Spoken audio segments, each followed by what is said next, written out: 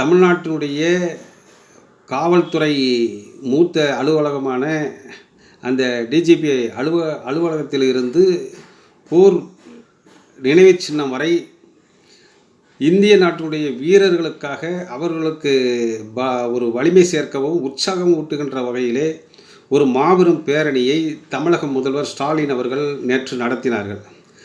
அதை பற்றி இவர் கருத்து கூறுகின்ற வகையிலே இன்று தெர்மோகோல் செல்லூர் ராஜு அவர்கள் என்ன சொல்கிறார் என்றால், இராணுவ வீரர்கள் என்ன போரில் போய் சண்டையாக போட்டாங்க, அதற்கு உண்டான தளவாடங்களையும் போர்க்கருவிகளையும் வாங்கி கொடுத்தவரைத்தான் பாராட்ட வேண்டும், இராணுவ வீரர்கள் என்ன போரில் போய் சண்டையாக போட்டாங்க அப்படின்று ஒரு மட்டமான அரசியலுக்காக மட்டமான ஒரு கருத்தை பதிவு செய்கிறார்.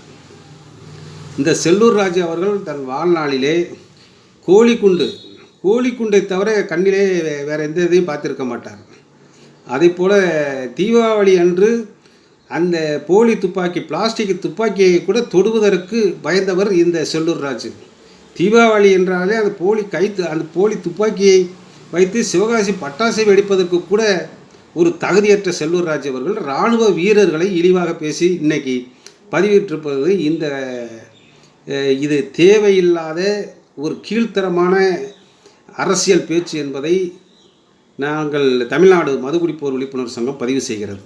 உடனடியாக நாளை பிறந்தநாள் காணும் எடப்பாடி பழனிசாமி அவர்கள் முன்னிலையிலே இராணுவ வீரர்களை இழிவாக பேசிய செல்லூர் ராஜு அவர்கள் பகிரங்க மன்னிப்பு கேட்க வேண்டும்.